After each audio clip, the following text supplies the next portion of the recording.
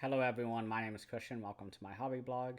Today we are going to do probably one of the biggest videos in quite a while, just in terms of the amount of notes that I took. Um, on my notes screen, it is a lot. I took quite a lot of notes for this episode. And of course, this is the second review now of the Vinegar Syndrome 2022 July package. I keep thinking it's the August one, but that's not out yet.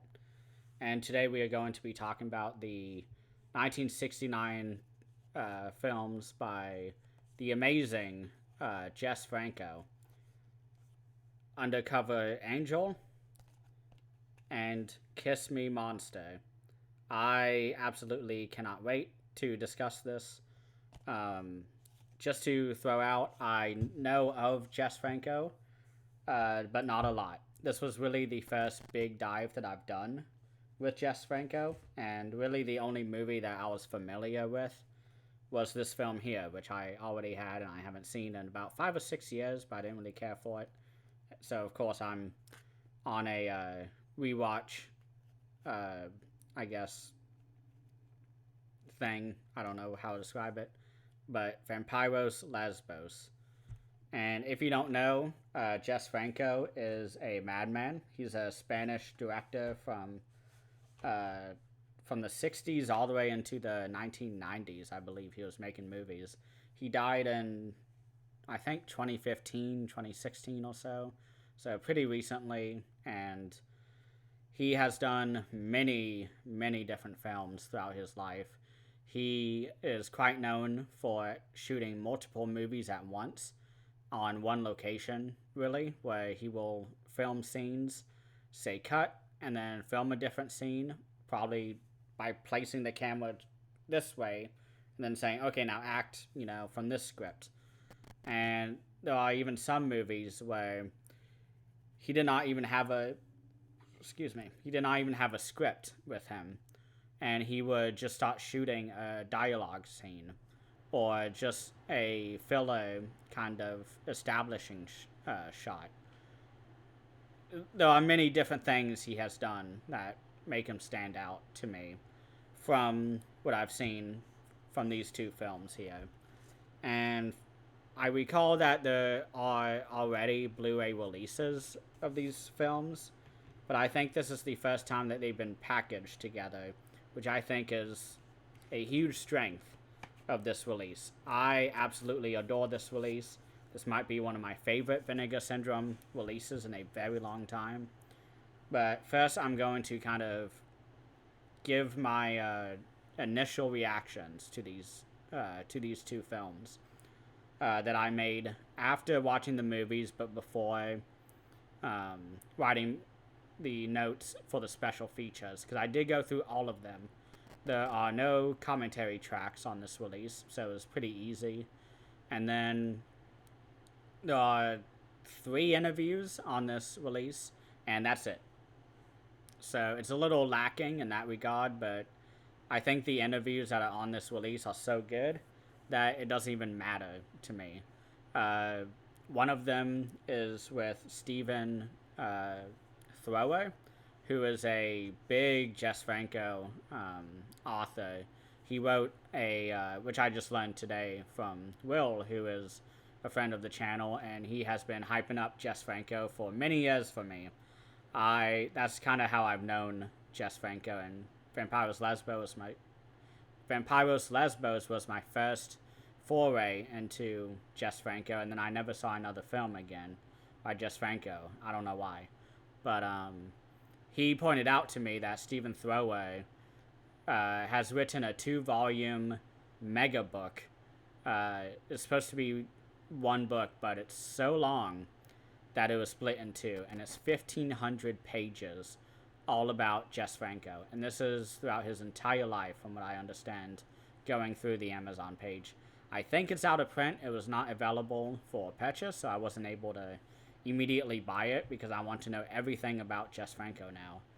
But yeah, they had an interview with him, and then they had 2 archival interviews with Jess Franco, one of which is all about these two movies and also the original film that these two movies are sort of a redo of, called Red Lips. So, and I may do a review of that later once I have gone through the package. I debated having a mega video for this particular release, but I have just so much to talk about that I don't think I can fit it into under an hour. That's kind of how long we are looking to go today. So, first and foremost, my initial reaction to Undercover Angels, otherwise known as Sadist Erotica, which I have notes on about why it's called that. But that was this first film that was filmed first in 1967, and then the other movie was filmed immediately after, using the same sets, mostly the same actors, and, well, I guess it was using the same actors as part two, basically, of this film, Two Undercover Angels / Sadist Erotica. My initial reaction was that I kind of loved it. It was very cheesy dialogue throughout. The cinematography was great. I'm sort of just going off my Letterboxd review, by the way, that I wrote immediately after. We have two kick-ass women who are played by, trying to find the name, Janine Renault and Rosanna Yanni. They were two absolutely beautiful, absolutely kick-ass women in this film, who are the kind of the Charlie Angels, is how I likened them to in both of these films. And they solve crimes, and there's a kick-ass soundtrack that happens. And one thing I noticed, because again, he repeats a lot of locations from movie to movie when it comes to when he's grouping these films together and shooting.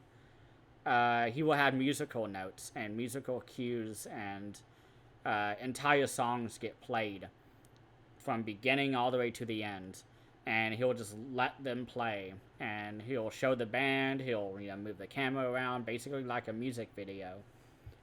And the soundtrack is absolutely awesome in this movie. I did not mind those scenes. I know a lot of people don't like them. I understand, because if the music is bad from your point of view, those scenes will suck. I completely understand. There's quite a few movies in this genre of kind of low budget, low, I don't know, cult, I guess, status type of movies where the music is just awful and they have an entire scene focused around a song, and I hate it. And I completely get it if people don't like this one. But one thing that I really noted on this movie, and I was thinking about it throughout, and it's really hard not to draw similarities to two films specifically that I noted. One of which is a Dario Argento produced film, Wax Mask, which is all about an artist killing women and then using them as sort of gallery pieces for his museum or gallery. And this movie has that a lot. And another movie that I made a little note of in my head that I don't have right now, I used to have it on one of those really awful DVD packs from like Walmart, but it's a great movie. It's the Roger Corman film Bucket of Blood with Dick Miller, the amazing Dick Miller. Great person. It's sad that he passed away, but he had a really great life. So those were kind of the two movies that were in mind while I was watching this. And I was very, I guess, validated when Stephen Thrower talked about those. Mostly Bucket of Blood he talked about. And I just felt very validated when he mentioned that film and how that was kind of a similar film. So that was my initial reaction of Two Undercover Angels, otherwise known as Sadist Erotica. And the other film, which is Kiss Me Monster, I can't show it for too long, that was made immediately after. Jess Franco sort of called that way of filming as you finish shooting that night, and then in the morning you start shooting again for a different movie. And this was that movie. He started making it within days of finishing Two Undercover Angels. And I noted how I actually really enjoyed this one. This was one that, while I was watching the interview with Stephen Thrower, he even said he didn't like it when he first watched it because it was so nonsensical. And this was something he also mentioned, but I said that I docked it half a star. I gave it 3.5 stars out of 5. Because on the description for this movie, and for the title, Kiss Me Monster, they talk about, the monster, and in the description they were like, oh, zombies are running amok, and it's crazy. And there was no zombies. There were 2 who were very buff men and thongs, and, it wasn't a bad sight, but there was really no zombie elements or monster elements throughout this movie. But I noted how it was basically another movie, basically a part 2 of Two Undercover Angels. And again, I felt validated when I heard Jess Franco himself describe it as that. It was just part 2. He wanted to make another movie with them, so he did. And that is amazing that he is just able to make another movie because he wants to. And I'll go more into sort of the behind the scenes of that. I keep getting ahead of myself and wanting to talk about the special features, so I apologize. I'm keep doing that. But I said for this one, it really felt like it was influenced by Charlie's Angels. I said that the music was great again, but there were a lot less kills and a lot more intrigue surrounding the MacGuffin of the film, which is a red box that has been buried somewhere that our Charlie's Angels type spies and treasure hunters are looking for. And apparently it revives people. I put question marks in my review of it, but I found out throughout the Stephen Thrower interview that yes, it does in fact revive people, and it brainwashes people to do your bidding. So those are my overall thoughts about both of these films. I really enjoyed these, and it is really amazing how much I got more out of both of these films after watching the special features. And it's only about an hour and a half of interviews that this release has. And it was really cool. This definitely felt like a film school in a box, in my opinion. You have 2 really knowledgeable people talking about these movies, one of which is the director himself, talking for, I think the first interview was 22 minutes. I'll double check here, but there's a 14-minute interview with him specifically about these 2 movies, and then there's a 22-minute interview called Jess's Tangents, where he just talks about random stuff that are not specifically about these 2 films, and also the original film called Red Lips, which was filmed, I think, in 1960, if I have that right. So the first interview that I sort of wanted to talk about first is, of course, the Stephen Thrower interview. This guy is the man to not collaborate with, but to ask anything Jess Franco related with. This guy is a genius. He knows everything. That's what it definitely felt like watching his interview with him. And I'll just start going down the list of what I've learned about these films through the interview. First and foremost, this was not made in 1969. It was released in 1969. But these films were filmed, I think, during the summer of 1967. So 2 years before it was released. And Stephen Thrower makes a mention, which I've mentioned myself, about what I know about Jess Franco, is that both of these films were filmed back to back, and this would start a pattern that he would do in the 70s and the 80s of filming multiple movies at once and going into sort of like a factory type of mode where he would fully utilize all of the parts around him, whether it's setting, the cast, the crew, the producer, anything, in order to make these films. And he would sometimes even use extra scenes he filmed that he ended up not using and just placing them in a different movie, which I will mention later. There's a very specific portion of the film in one of these films that Stephen Thrower points out is completely nonsensical about that section. It's just kind of insanity, and I'll talk about that later. But one thing I did learn is that the situation of filming these movies back to back was done with Blood for Frankenstein and also Blood for Dracula, Flesh for Frankenstein.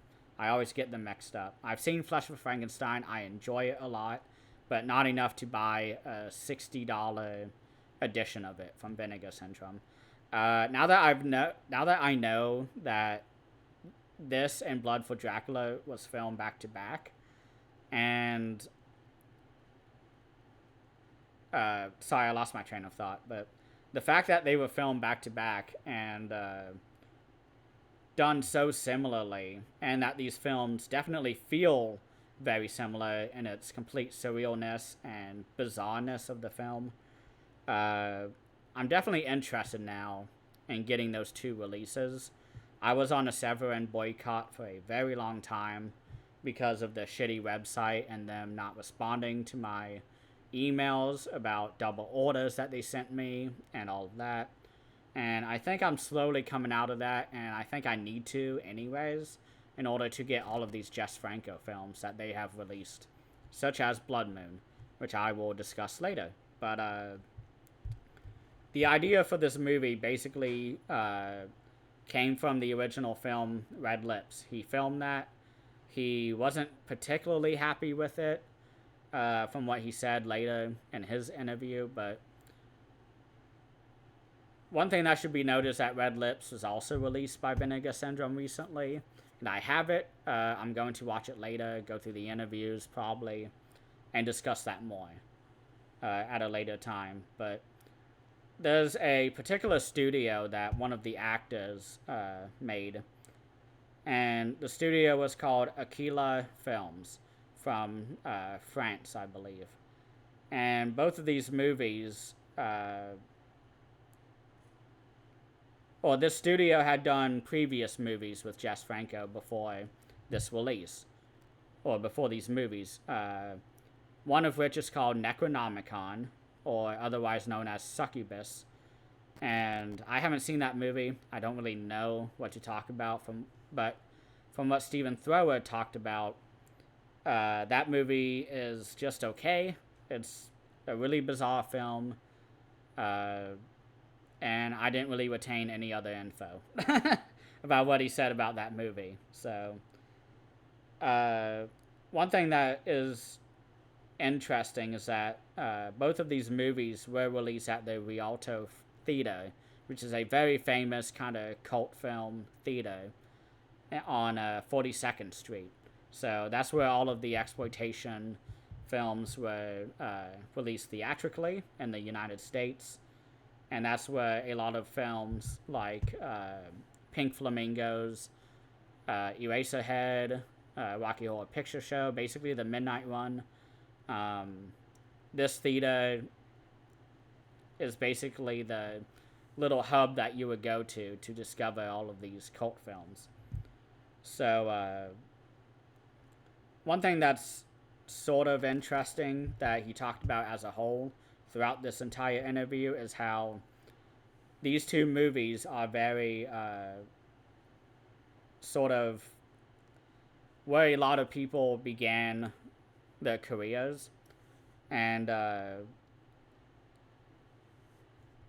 getting kind of mixed up here in my head, so I apologize if I seem scatterbrained. But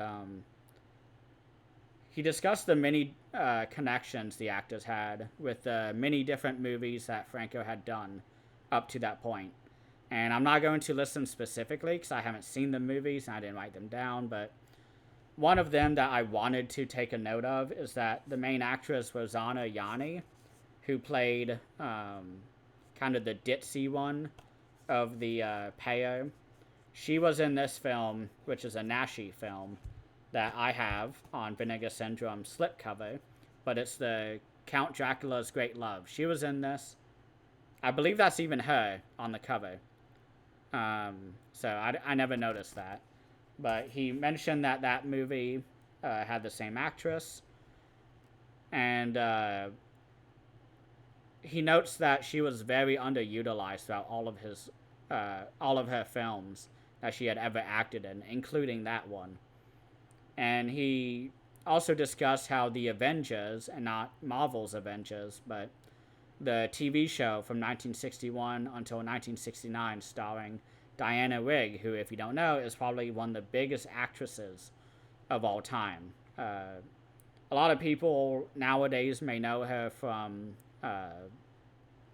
Game of Thrones when she played Olenna Tyrell, and she's great in that. But her career has spanned many decades, and she has done a lot better things than that. He talks about how that movie just really gave Jess Franco a lot of inspiration for both of these movies. They both star two beautiful women as spies, always having to be saved by the male. And that doesn't really happen in these Jess Franco movies, but in Avengers, he talks about how it's always the case, how they would be badass until they had to be saved by a male. And apparently, these movies were highly inspirational to Jess Franco for these two films. And he mentions how the dubbing for these movies are so awful. And I noticed that throughout watching it and just kept making me laugh. So although a lot of people don't like dubbing in general, and especially bad dubbing, I personally loved it. I thought it added to the charms of the movie. But he does mention how there are a lot of issues with bad translations in this both of these films, which I agree with overall, but I didn't really notice it. But once he really started going into what this film sort of is, and about how it's more like a snappy crime thriller, I agreed with him a lot more, because there really wasn't a lot of lines where it just felt really snappy. It didn't feel as if they were giving the characters any, I guess,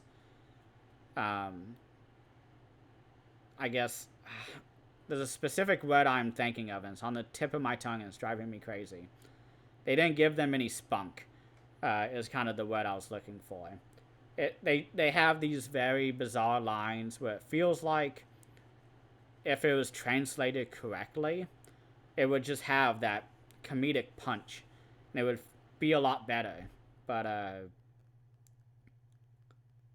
he mentions how the film Kiss Me Monster is the most egregious in terms of the dubbing and the bad translations. And I thought that was kind of the best part in terms of the audio, along with the awesome music, was the really bad dubbing. But he talks about an interview where he talked with Jess Franco in the 2000s about how, excuse me, hiccup. He asked Jess Franco about his multi-genre approach, because there's a lot of horror motifs in these films. One of them is, of course, the werewolf-looking man in Two Undercover Angels, I think. I guess it's in Kiss Me Monster. It's one of those, but there's a werewolf looking guy. There's Giallo type of elements in the early, uh, I guess before the Giallo was even a thing. There was elements of a slasher in these films, and just setting that all up, uh, Stephen Thrower asked Jess Franco about that, and he said that life isn't a genre film. And I thought that was really smart of Jess Franco and very insightful because it really isn't. There are definitely days where it feels like, a comedy or a drama or a slice of life, but it's really hard to define an entire life as a genre. So I thought that was a really cool bit of interview that Stephen Thrower talked about. But one thing that's really sort of fun that Stephen Thrower talked about was the set location. And he apparently did a documentary all about Jess Franco's set locations. And he showed them, the different lighthouses that they used in these films especially. And how that lighthouse was used back in like the 1600s to spot pirate ships. And they filmed there. And it's still there today. He talked about how he went there recently. And this is a new review, or not review, but a new interview that was filmed this year. So if you have any vacation plans, go to the coast of Spain on the southern end, and you'll find this lighthouse. I'm definitely interested in going there. But he points out that, and this is what I was alluding to earlier, about how there was some issues in the beginning of this movie.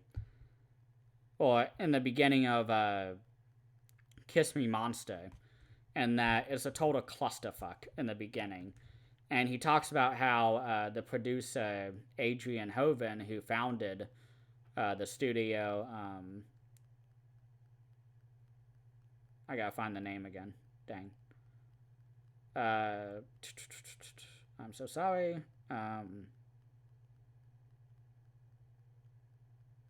Studio Aquila. So he talks about how Adrian Hoven, the founder of them, put in a bunch of scenes from other movies that he had been in and just shoved them all into this intro. And he talks about how the intro credits is also a total clusterfuck because there's a plane flying in. It keeps stopping and going, while the names of the people show up. And all the names are in very vibrant red that is just really hard to look at. And that was just sort of funny because I sort of noticed that while I was watching. I just said, okay, whatever. It's a Jess Franco movie. I'm not even going to, think about it too much. I'm just going to enjoy the ride, as Stephen Thrower said, in regards to these movies, how your mindset should be that. Just have fun. And apparently it's not even Jess Franco who put it in there. Apparently the producer put it in and said, no, I'm not taking it out. And so he just kind of had to live with this intro. But that is the first interview of this release. I loved it. It's 40-something minutes long. It's all about Jess Franco, and it is so much fun to listen to. Again, I don't know really anything about Jess Franco, but this interview is a really great introduction into him. Especially after you see these movies. I would not watch that interview first and then watch the movies. I would watch the movies and then the interview. So, gosh, my notes are so long. Sorry. So this next interview that I wrote notes on is called the Case of the Red Lips, which is an archival interview with Jess Franco. I don't know when it was filmed, but it looks like the 1990s, maybe the 2000s. It looks pretty modern, but I may have already mentioned this, but Jess Franco talked about how these two movies were sort of the first time that he did the double movie production idea that he became known for. And so that was a really good sort of, I guess, piece of info for me, because it's really hard to nail that down unless you have a release like this where they put them together and they throw an interview on where the director explicitly states that he did that. So, and that's where I learned about Blood for Dracula and Flesh for Frankenstein, which Stephen Thrower also mentioned. But he also talked about his various inspirations around the time of the 1960s, and mostly about George Marshall films, which I'm sure I have seen at least one of his movies. But George Marshall does a lot of spy movies with a very beautiful woman paired up with a sexy dude. And usually, and this is Jess Franco talking, it was always either Bob Hope or James Stewart, and they would show posters of his films while he was talking about it. But apparently he knew Yanni, who is one of the actresses, beforehand, and he wanted to sort of complete the image that was in his mind for these films, where it was sort of an Abbott and Costello pairing, where one of them was really smart and skinny, is what he described, and the other one was a bit of a dumb person and really fat. And he said, I don't want to do that, skinny versus fat thing. Like, that's aged. We don't need that. So he instead had someone smart and someone dumb. And watching the movie, they're both really smart. They just are smart in different elements. So I don't know if he meant that on purpose, but I didn't think the other one was really that dumb. She's pretty central to solving the mystery. But he talks about how he also used the same costume designer for both of these films, and how he made sure that the costume designer was giving each of the women specific costumes that they would look very good in, and that they were happy to be in terms of its intricacies and its design.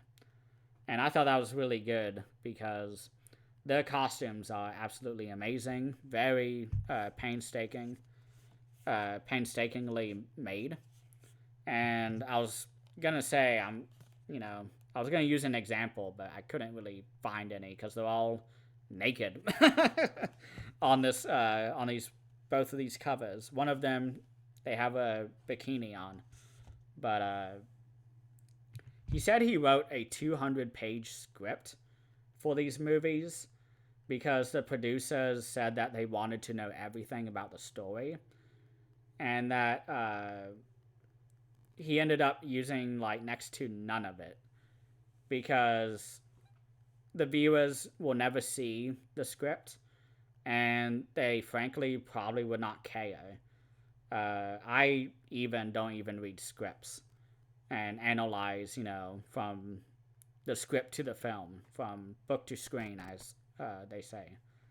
But he talks about kind of his overall philosophy with filming, and talking about how he never really, if ever, gets angry when he's making a movie, because he's there to have a good time. Usually he's able to have a lot of control.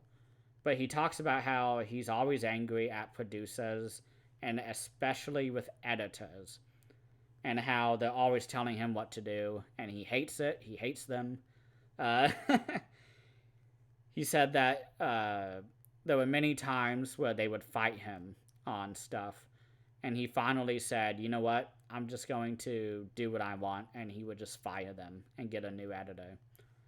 And this is around the time where he started talking about how much he hated the producer, because he's the one who, the producer's the one who came up with the title, Sadist Erotica.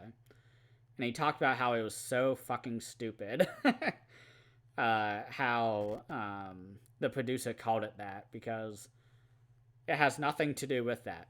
You're going in with the mindset that this is going to be a sadist movie, a erotic movie, and you watch it and it's really not, really at all. There's naked women, of course, but nothing sadistic in these films. And apparently this happened to him again with the film Blood Moon, which is released by Severin. And apparently the new title for that movie was Raped High School Girls, which sounds fucked up. I think Blood Moon is a much better title, but I gotta hand it to the producer. It's attention grabbing. It's like, what the fuck is that movie? I want to go watch that right now and see what it is. And Jess Franco was like, there's no one in high school in that movie. I don't know what the fuck the producer was thinking. So that was a pretty fun interview overall. He said a lot more, of course. It's a 17-minute interview.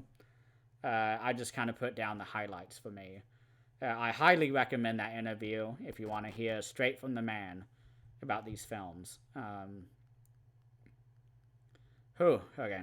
Just giving my voice a rest. I apologize. So, next, of course, is the final interview that is on this release. It's called Jess's Torments. Or Torments. Tangents. I apologize. He was not tormented during this interview.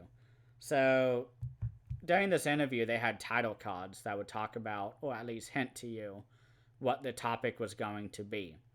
And the first topic was LSD and porn.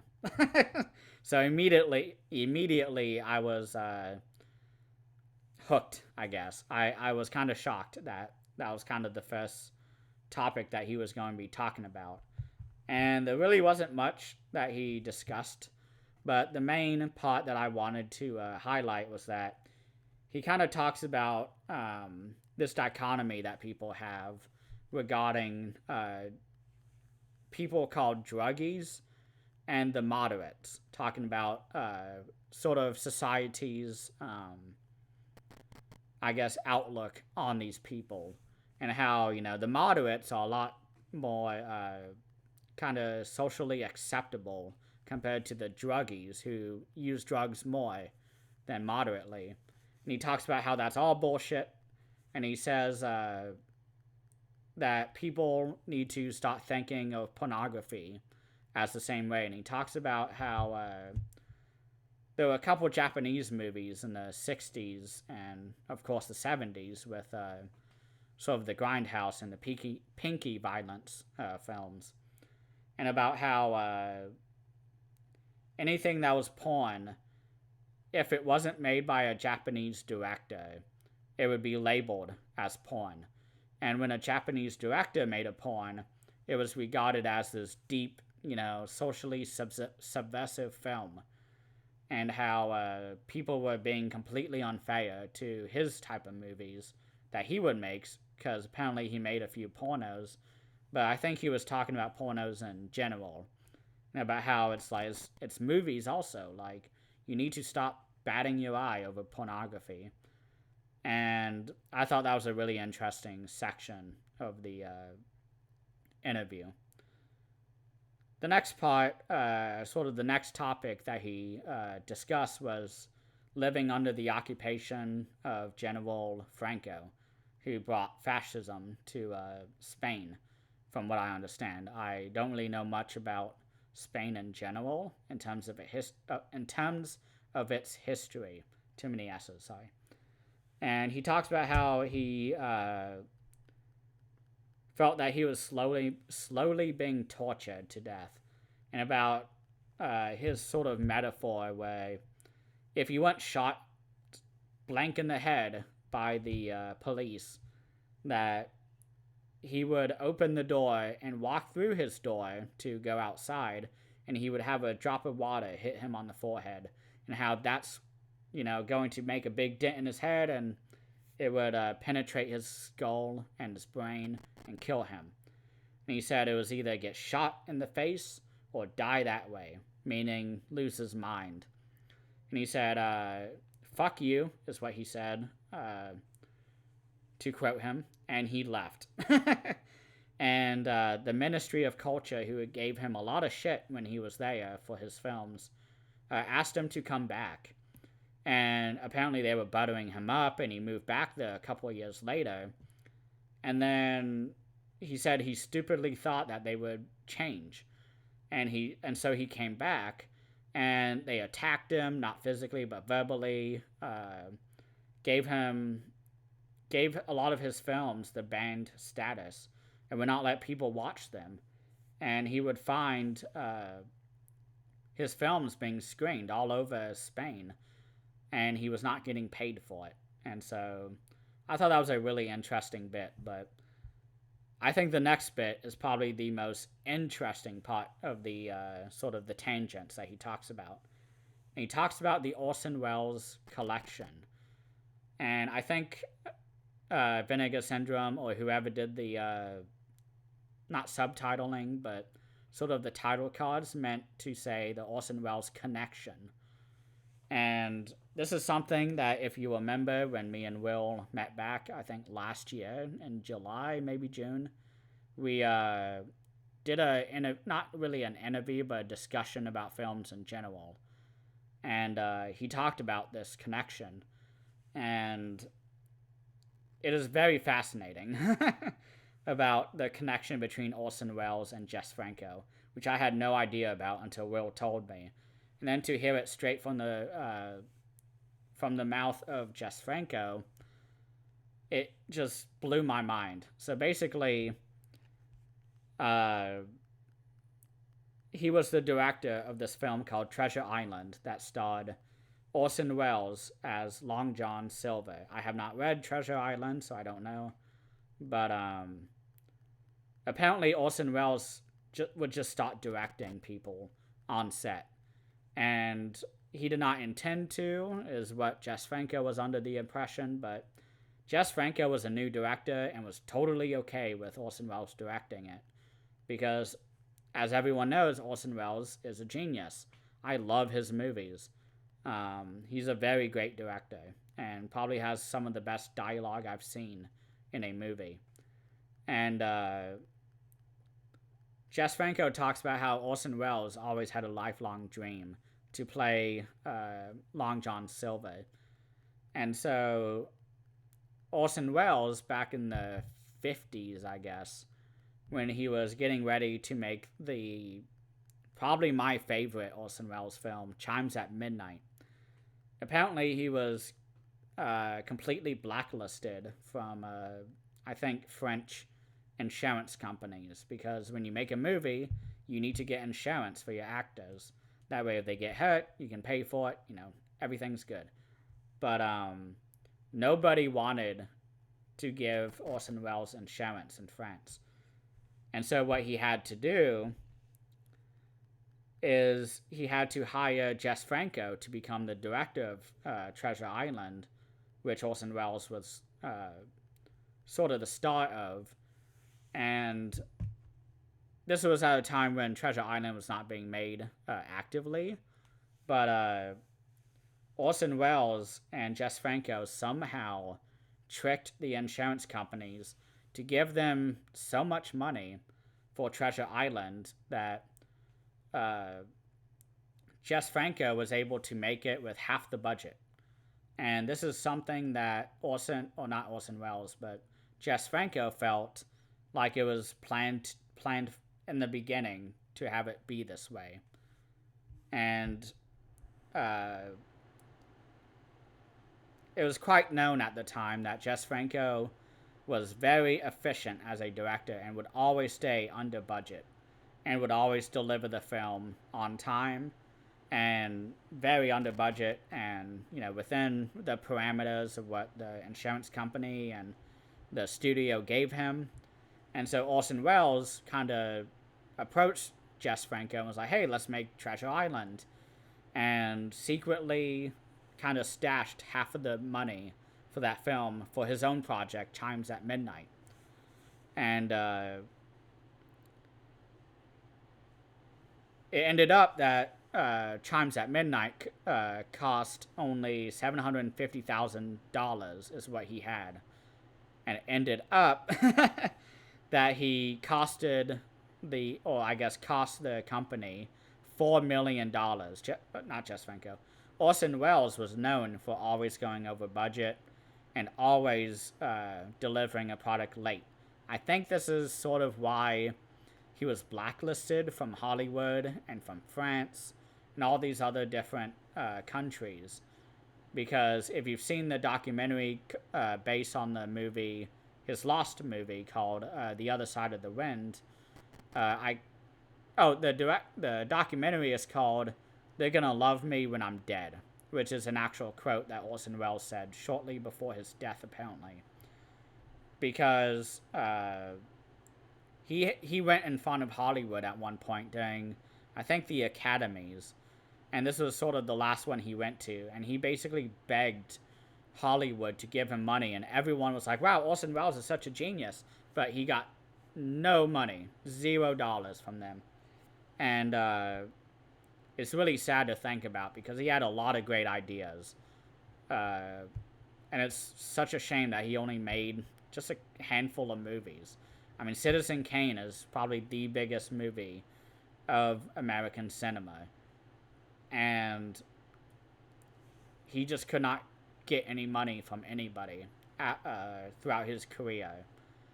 But that's sort of the situation that Jess Franco talked about. And he had a theory, and he talked about how it's not really confirmed, it's all alleged, but he has a very strong feeling that it was planned from the beginning that he would only use half of the money on this movie, and the other half would be given to Orson Welles, or Orson Welles would pocket it and then use it for his movie. So, okay, I'm not done yet.